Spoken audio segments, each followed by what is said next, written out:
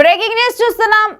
AP వైపు అల్పపీడనం దూసుకొస్తోంది. దీనివల్ల వర్షాలు పడనున్నాయి. అయితే దీనికి సంబంధించిన డీటెయిల్స్ చూద్దాం. దీనివల్ల సముద్రం కూడా కొంత ముందుకి చొచ్చుకు వచ్చింది చూస్తున్నాము. అయితే ఏపీ వైపు కూడా బలపడిన అల్పపీడనం దూసుకొస్తోంది. అల్లకల్లోలంగా మారిపోయింది సముద్రం.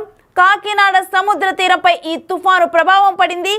సముద్రంలో 50 మీటర్ల మేర కూడా భూభాగం కలిసిపోయింది.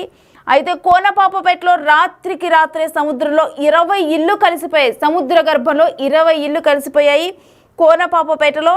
అయితే నిన్న సాయంత్రం నుంచి కూడా ఇల్లు చెట్లు వీటన్నిటిని కూడా కూల్చేస్తూ అలలు ముందుకొచ్చేసాయి. ఇక రక్షణ కూడా నిర్మించాలని చెప్పి మత్స్యకారులు ఇప్పుడు కాదు, ఇక్కడ రక్షణ కూడా నిర్మించాలని మత్స్యకారులు ఎప్పటి నుంచో కూడా డిమాండ్ చేస్తూ ఉన్నారు. అయితే విశాఖ తీరంలో కూడా భారీగా సముద్ర తీరం కోతకు గురైంది. వారంలో 70 మీటర్లు ముందుకొచ్చింది సముద్రం. సో చూస్తున్నాము, అల్పపీడన ప్రభావం అనేది ఏపీలో క్లియర్గా కనిపిస్తుంది. సముద్రం అల్లకల్లోలంగా మారింది. ఇటు బీచ్లో మనం విశాఖ తీరంలో చూసినా కానీ, మరోవైపు కోనపాపపేటలో చూసినా కానీ ఈ రెండు ప్రాంతాల్లో కూడా సముద్రం ముందుకు చొచ్చి వచ్చింది. ఇక నిన్న రాత్రికి రాత్రి 20 ఇళ్ళు కూడా సముద్ర గర్భంలో కలిసిపోయాయి. ఇల్లు చెట్లను కూడా అలలు కూల్చివేశాయి. మరి వీటికి సంబంధించిన డీటెయిల్స్ మా ప్రతినిధి రాజు అందిస్తున్నారు.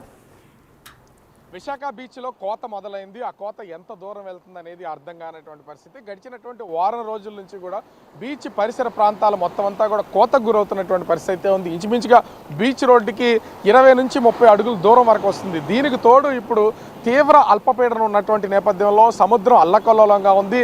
ఆ సముద్ర కెరటాలు ముందుకు చొచ్చుకుని రావడం, సముద్ర తీరం కూడా ముందుకు వస్తున్నటువంటి నేపథ్యంలో కొంత తీవ్ర ఆందోళనగా ఉన్నటువంటి పరిస్థితి ఉంది.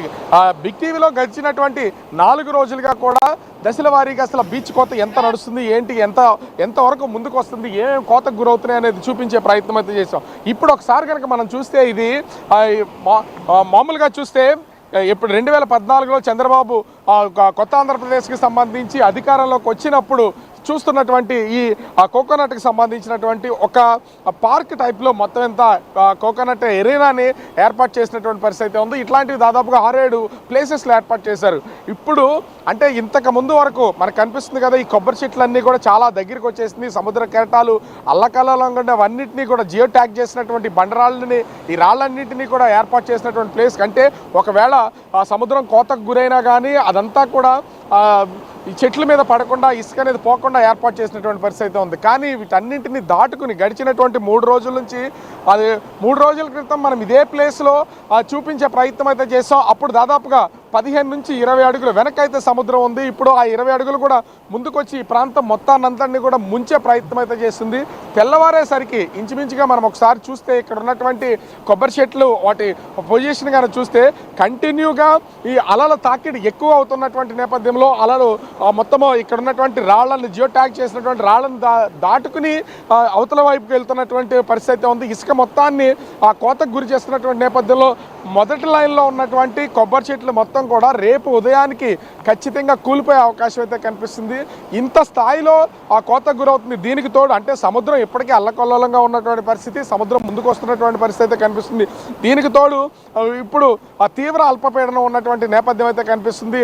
అల్పపీడనంలో నేపథ్యంలో వర్షాలు కూడా కురుస్తూ ఉన్నాయి. వర్షాలకి అదేవిధంగా సముద్ర అలల తాకిడికి మొత్తం ఇసుకంతా కూడా సముద్రం లోపలికి వెళ్ళిపోతున్నటువంటిది అయితే మనం విజువల్లో కూడా చూడొచ్చు.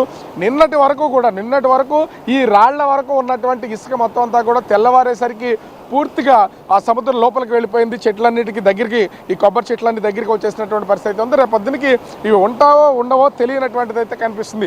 దీనికి తోడు అటు తీవ్ర అల్పపీడనం ఉన్నటువంటి నేపథ్యంలో అటు దక్షిణ కోస్తా జిల్లాలైనటువంటి ఉమ్మడి నెల్లూరు, ఉమ్మడి ప్రకాశం జిల్లాలతో పాటుగా చిత్తూరు, తిరుపతి జిల్లాలకి భారీ వర్షాలు ఉంటాయని వాతావరణ శాఖ అధికారులు అయితే తెలియజేస్తున్నటువంటి పరిస్థితి అయితే కనిపిస్తుంది.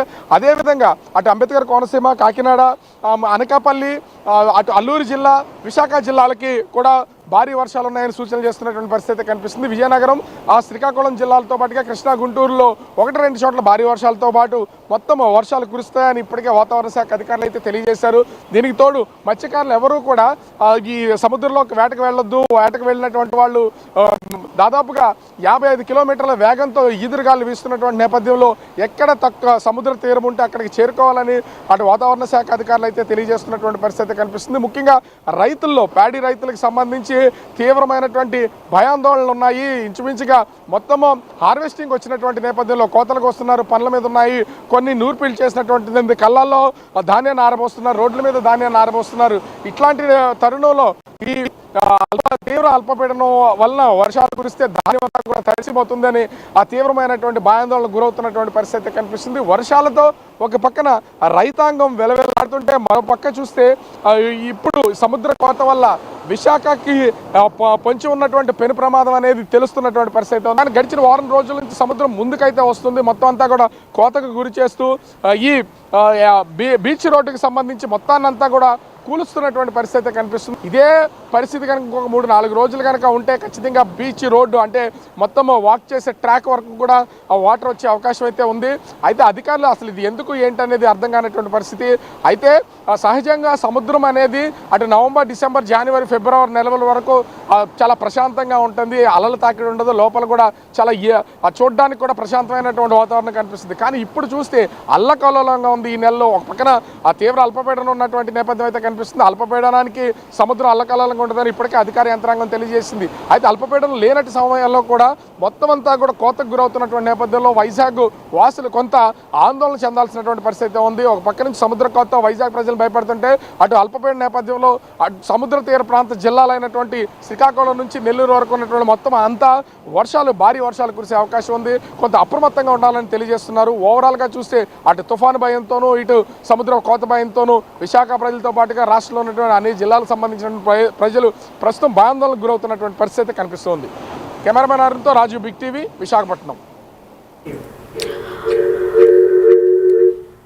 అల్పపీడన ప్రభావం ఏపీలో కూడా సముద్ర తీర ప్రాంతాల్లో క్లియర్ గా కనిపిస్తుంది. సముద్ర తీర ప్రాంతాలు కోతకు గురయ్యాయి.